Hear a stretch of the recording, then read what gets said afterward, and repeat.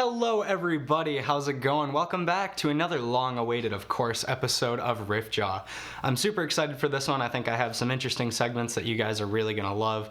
First, I'm gonna give a quick shout out to my patrons. As always, we have Julie, Grace, Sandy, Tristan, Morgan, and as of today, the day I'm recording this, we have a brand new addition to the Patreon family. I'd like to welcome Gina as well to my list of lovely, lovely patrons who are just here to support the show and want to see it go places. So if you guys are also wanting to get shout outs in the videos and get access to behind the scenes content and all of that, you can go check out my tiers, and money as little as $3, you can help support the channel and just be here to help make the content go further and do more things. Super thankful to all of you guys who do support me on Patreon, and if you don't, consider it. If it's within your capabilities, I'd love to have you. So today what we have lined up is how to choose your first beginner guitar. We're also going to do a spotlight on gaming in music and gaming. I'm going to take a look at the soundtrack of the most famous songs from The Legend of Zelda, analyze the music, and talk about the producer. I think that'd be an interesting thing for you guys. And the last thing that I'm going to cover, and a brand new type of segment as well as music and gaming, we're also going to do some tone chasing today. I'm going to see if I can mimic the tone of Alex Lifeson from Rush's album 2112, which, as we know, is on the wall. So yeah, I want to go through and see if I can recreate that guitar tone because I love it very much. So with that being said, let us get on with the video. Thanks to all of you.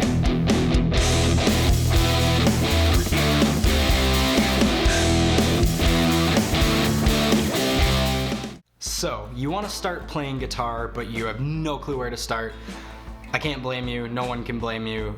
The internet's a wide place full of information, and guitar is such a daunting thing to try to just say, yeah, I want to start playing guitar. That could mean anything. It could mean just a million different things. So, what I wanted to do is kind of help clarify what's the guitar you want. What's the guitar you as a beginner want to purchase to start playing and start practicing and have fun? Because that's the ultimate purpose of playing guitar, is to have fun. So my first piece of advice that I'd like to get into is spend at least, I'm going to exclude the Harley Benton lineup for now because I haven't given them my fair shot, and they seem to have some cheaper guitars for a cheaper price, but good quality nonetheless. So I'm going to exclude Harley Benton from this point that I'm making. I would spend no less than $180 on your first guitar. Now you may be thinking like, whoa, that's a big investment. My reasoning would be that when you see your guitar, once you purchase it, you're gonna have it sitting on a stand in the corner of your room, or in the dining room, or in the living room, or wherever you're gonna be playing guitar. Now, that means one of a few things. It's always going to be there, and it's always going to be at arm's length reach to pick up and practice. So you want it to be something that is fun to play, looks good, and something that you're proud of to own. You want it to be something that when it's sitting there and you look at it from across the room, you're like, oh, I want to go pick up my guitar and play and practice and get better. You don't want some piece of junk that you bought for $80 that doesn't stay in tune, has horrible string intonation, has just bad setup in general, and as a beginner, you're not going to know how to set up a guitar. It's kind of difficult if you've never done it before, especially.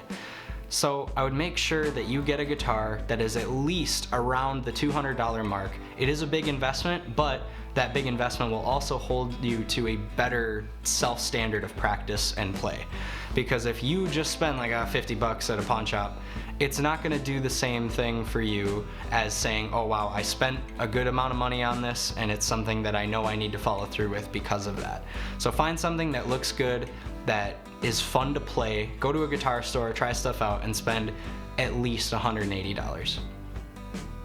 The next point that I'd like to make would be that depending on your style, that's the guitar you should choose. You shouldn't, a lot of people will say, oh, you should always start with an acoustic guitar and then move to electric eventually. No, that's completely wrong.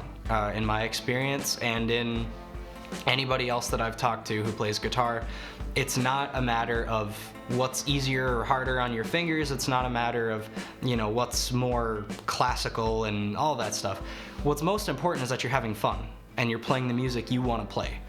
So I would recommend, if you're into old Neil Young or country or, you know, Brad Paisley and stuff like that, if you're into acoustic guitar music, buy an acoustic guitar and learn an acoustic guitar.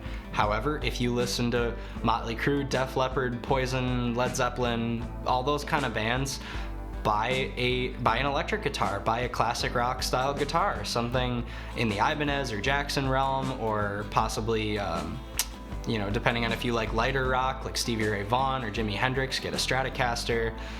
All of that, you have to weigh what you want. If you're into metal, buy a Kiesel, buy Schecter, buy, you know, you want to go and purchase the type of guitar that's going to fit your style, because that kind of ties into my last point. You want to buy something that you're going to pick up and you're going to look at it and you're going to be like, oh, I want to play this. Because if your heart lies in classic rock and roll and you get an acoustic guitar, you're just not going to have the same will to go pick it up. You're not going to have that attention grabbing moment where you're walking through your house and you see, you know, you guys can see, you know, I have my rack here and it perfectly, each guitar is selected to do something that I want it to do. Now granted, you do not need a bajillion guitars. You really don't. I'm an impulsive guitar collector, I understand that. But every guitar I've purchased has a specific purpose and reason, and you should always, always buy a guitar that suits your needs, your style, and what you want to get out of your music to have a good time. And now this is a little side note here. I just wanted to cover quick, if you do get an electric guitar and you're a beginner, you're gonna need an amp as well. And what do I recommend for an amp as a starter? Now, I understand that if you followed my previous recommendations, you've already sunk $200 roughly into a guitar. That's a hefty price for just about anybody for something that they want to start doing brand new, and I understand that. So, when it comes to purchasing an amp, there's a couple things to consider. An amp you could probably go a little cheaper on if you'd like to. You can get something for anything between 75 to $100, $150, you know, relatively. Stick within your price range, but understand that the worse amp you buy, your tone is not going to sound good. So for example, if you buy a $15 5-watt, you know, little thing like this that came from China and doesn't have a name, it's probably not going to be that great, you know? It's not going to be the best thing in the world, and your tone is not going to sound good, and so that can be discouraging. If you're just starting to play guitar and the amp you have just doesn't sound good tonally at all and makes, you know, especially if you're working with distortion, bad distortion will just make you feel like a bad guitar player, and that's not always inherently true. Now, if you can afford the money, I would very, very, very much consider getting the Positive Grid Spark, which I will put a card up right here, because that is probably the best amp that I own. It is definitely not the loudest, but it just has the versatility of being the best practice amp that I've had, and it's also the easiest thing on earth to plug into my computer and record tracks for. So if you can afford a $300, $270 to $300 price tag for a Positive Grid Spark, I would highly recommend that, but I understand that not everybody can afford that, especially after sinking $200 into their first guitar. So I would recommend getting an amp that you can play out loud that's cheap, but another thing that I would highly recommend that is under $50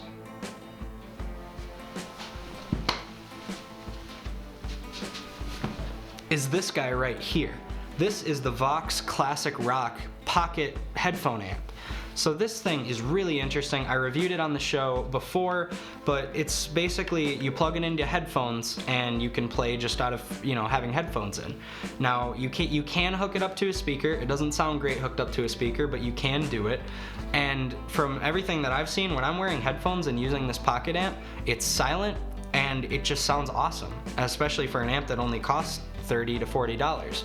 So if you need something that will sound good for your needs of practice and you don't need the amplification to play out loud, you're willing to have earbuds or headphones in, I recommend the Vox Classic Rock as your first practice amp until you save up for an amp that's a bit more versatile and enjoyable. And just to recap, it has an effects button so you can use delay and reverb. I think there's like a chorus on here as well, and then you have gain, tone, and volume knobs all on the top, and I think it runs on like AAA's or, oh yeah, AAA batteries. So very inexpensive and a very good solution to first starting out. I'll put the link to purchase this in the description from Amazon. The Legend of Zelda, a time-honored classic in the video game industry and Nintendo fans, and everybody knows Zelda. At some point, I'm sure everybody has experienced Zelda in one way or another, whether you're older and you have a son or daughter that plays the game or has heard of it, or you yourself play it, or whatever. I'm sure at least at one point in your life you've heard the name Legend of Zelda, and surprisingly enough, I feel like even more likely is that you've heard some of the music from this game. It is truly awesome, and before I get into this segment, I'm going to play some clips of audio from the Legend of Zelda games, and I'm gonna get copyright disclaimed for that, so I'm gonna get copyright claimed, so that'll be that, just so you guys know. If you want to help support me anyway, you can head on over to Patreon, as I stated at the beginning of the video. But again, The Legend of Zelda, it's got some great music. It is a dungeon crawling game that has to do with this little guy, Link, and Link is going to save the princess, pretty standard stuff. But it originated way back in the original Nintendo.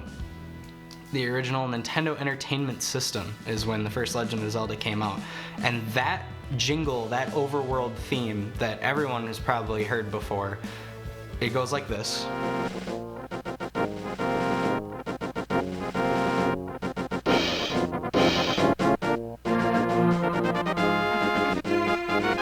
That theme is, I'm sure you've heard it before. It's just so iconic, I feel like, in video gaming especially. And there's just something about exploring this like overworld at your own heart's content and hearing that theme that just makes you feel like, yeah, this is fun, this is enjoyable. And there's something about that music that is just so interesting. If you've never played Legend of Zelda, I highly recommend looking at Legend of Zelda: A Link to the Past. That is probably, in my opinion, my favorite one. Actually, no, it's not my favorite anymore. It's probably my third favorite. Next up, my number 2 would have to be Breath of the Wild, and my number 1 actually has to be the remake of Link's Awakening on the Switch. I really, really love that game. So, anyway, back on track with the music. Here's another clip that you have probably heard before at one point. I think a famous rapper has actually used this in a song. Maybe not famous, but I've heard it at least sampled and used in a rap song, so maybe you're familiar with that. I will at least play, or I'll put up the name of that person now, because I don't know that offhand. But I will say you've probably heard the Fairy Fountain theme before.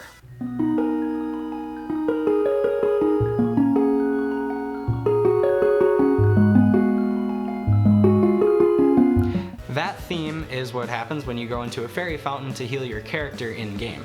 There's something that's very kind of mythical sounding about it. It accomplishes such an interesting tone, and it's very different from the overworld theme. The overworld theme is very triumphant, and it presents itself in a very strong manner, and it promotes that feeling of adventure and all of that.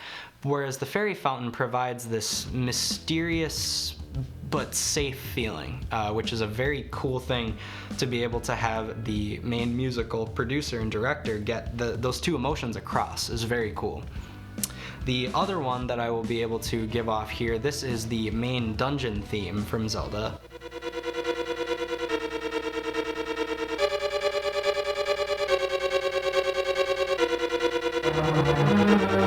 So that main dungeon theme is very, very, I mean, it sounds like you're in a dungeon. You know, there isn't a lot more you can really say about it. It's just, all the music in these games is very appropriate.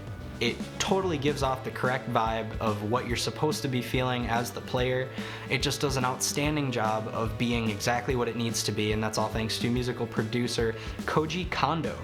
Koji Kondo has worked on Legend of Zelda music all the way back in the NES days. He's the one who managed to make that 16-bit overworld tune that everyone has come to associate with Zelda in their mind. It's super cool accomplishment, and he will definitely live in infamy for a long time, just because of how iconic these tracks are and how culturally universal they are. I mean, even people who don't know video games have probably heard some of these at some point. Leave it in the comments below which you think, which is your favorite, and what you thought was the most interesting thing about the music of Legend of Zelda. Okay, so welcome. This is Tone Chasing. I'm gonna go after Alex Lifeson's tone from 2112 by Rush, the album. I'm gonna say the album as well as the song. He has this very distinct sounding tone, and how I'm gonna do this, I'm gonna use a positive grid spark. I might break out some of my pedals. I'm gonna see what guitars I have that can fit the bill, So what I'm going to go after here is the first thing to take note of is what gear he actually used on the album. So what he actually used was a Gibson Les Paul, or a Gibson, some type of Gibson, but I believe it to be a Les Paul, and a Marshall, hot rodded Marshall. And then I believe there's a wah pedal in there and some other effects that I hope to emulate using the Spark. So I will show you guys. I'm gonna pull up my phone because I can record the Spark, or not record the Spark, but I can go into the Spark and adjust everything from here remotely, which is cool. So I'm gonna just start my screen record so that you guys will be able to see it. There we go. Recorder, no sound, start, and there we go. So I have my phone here. It's taking video so you guys can see what I'm looking at. This is my Chasing 2112 preset. I feel like I'm fairly close, but I'm not going to go over exactly what's on that right now. I'm going to start by emulating the actual gear that he used. So the first thing we're going to look at is we're going to go here, and I am going to create a new preset. We're going to go over to Rock, and we're going to make a new preset, but we're going to base it off of this one here. Let's go into this, and let us take this, and let's make a copy. Let's save as new. There we go. Chasing 2112 video. So there we go. We're going to create this new thing. So here's how we're going to do it. We have the amp, right? The amp that we've known to use, or that he's been known to use, is a Marshall. So I'm going to get the closest thing I can find to a Marshall, and we'll kind of adjust it and see what we can find. AC boost, that might be one. Let's see. Ooh, plexiglass or a JM45. Those look like our options. So let's start with the plexi. Let's start with the plexi, and we'll just see what this sounds like as is with no effects. I'll start with the plexi. We'll get rid of, or keep the noise gate on. Keep the noise gate on. We'll turn drive off. We'll turn off reverb. We'll just get the dry tone, and we'll see what we think.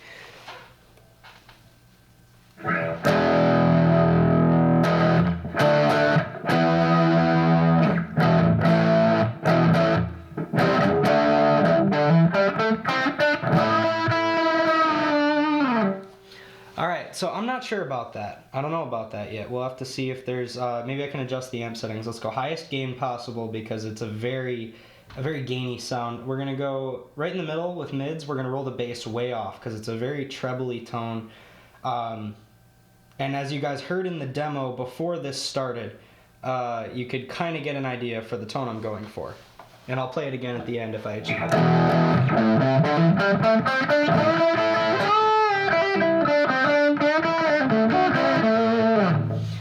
This is a very good plexi tone, but I don't think it's quite fitting what I need. Okay, so I've now switched over to my Les Paul style guitar.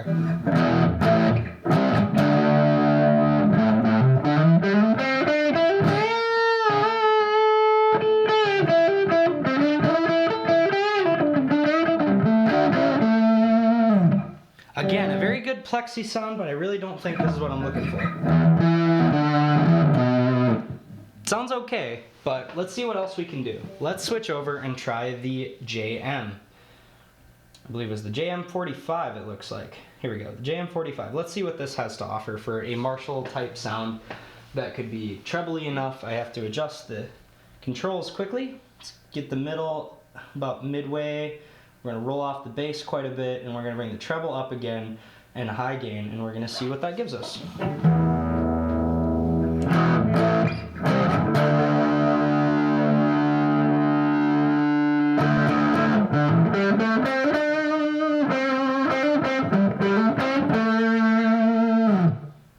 I'm not sure about it. Let's see. Maybe the tone comes from some of the mods here. So let's get some light delay.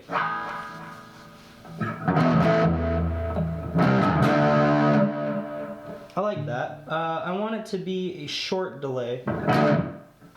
Not short in that way.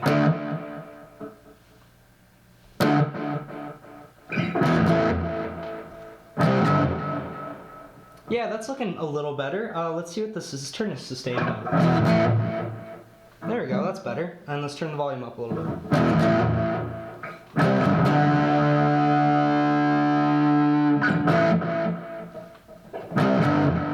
doesn't need to be there for that part. Let's see, let's try the volume down and just keep it light.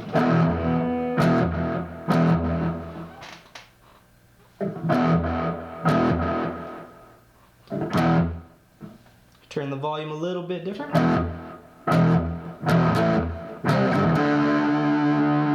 Yeah, I don't think we're quite getting what we're looking for, so let's keep moving on. That's our delay. Sorry, did I say reverb? So let's see what our cloner chorus does. Ooh, I like that. I think that might be what we're looking for as far as that sound. Let's get it very light. Let's have it high. I like that. I like it. I like where we're going. We're going the right direction, so let's see what we can do. Yeah, I don't know if this is...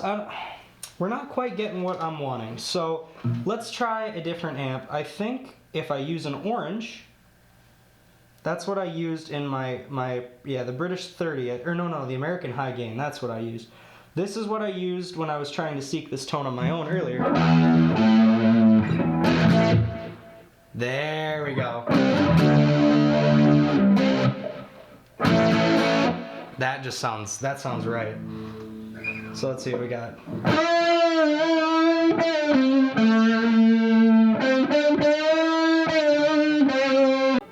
That's looking better. That's looking a lot better. So let's see what we can do to make this even more accurate. Let's turn the gain way up, bass down, middle down a little bit, and we'll keep the treble high. See how accurate we can make this. And then, yeah, volume looks about 8.3. Sounds about right, okay. That cloner's a little aggressive. Oh, we're almost there. We are almost there. We gotta switch out the cloner for something different though. We need the univibe? What's the univibe gonna sound like? Ooh, that's a little aggressive. A little aggressive. Can I turn it down? There we go. How about that?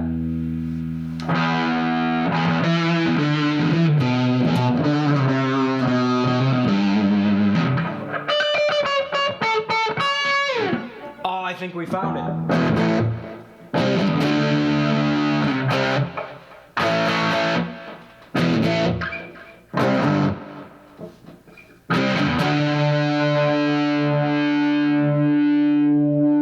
Like that, just like that. All right, let's go back to the amp.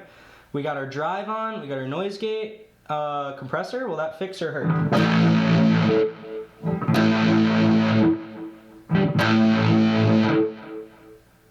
It's all about experimenting. I think we can leave the compressor on.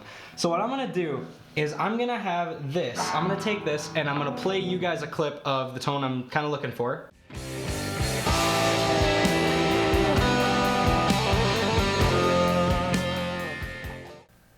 Okay, so after kind of hearing that,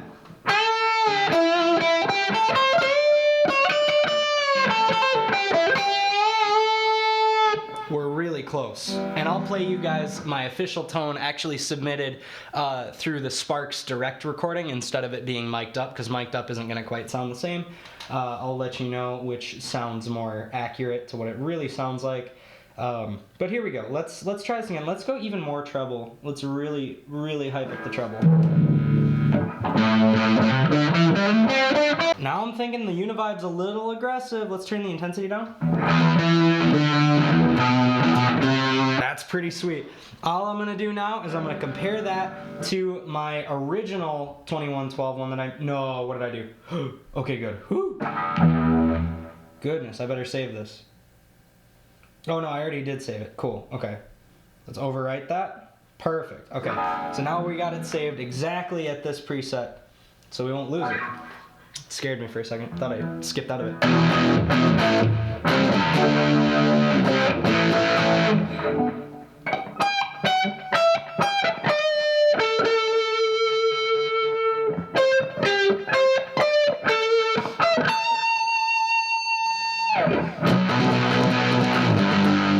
That's so much fun. All right, let's see.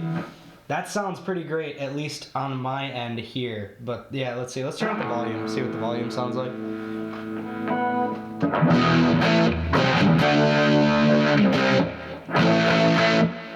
That's pretty sweet. I'm a big fan of that. Yeah, I really think this is pretty close. So we're gonna compare this one I just created with my old 2112 tone that I made on my own time, and we'll see how they compare here, because I'm really interested. So here's my original 2112.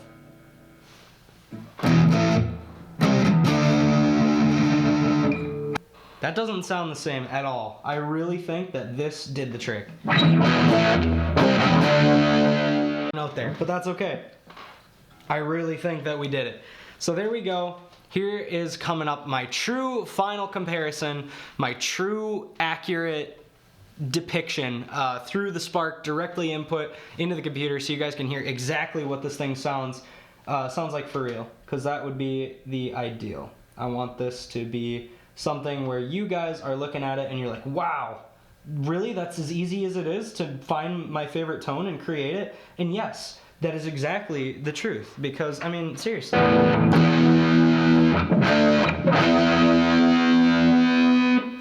That's really sweet. So anyway, here comes my official demo. Hope you guys enjoy. And yeah, thank you for coming on this little tone chasing journey with me. And also, let me know in the comments below, did you like this segment? Do you like the new camera shot for the guitar playing? Let me know in the comments below. I appreciate it, and I respond to every comment that bears responding to. So if you guys leave a comment, I will respond to you. I promise, I will. So if you guys would like to get any input or change, you can head over to Patreon, or you can leave comments, anything like that. I love to interact with you guys. So let me know what you guys think of some new things coming on in this show today. Let's get on to the full demo.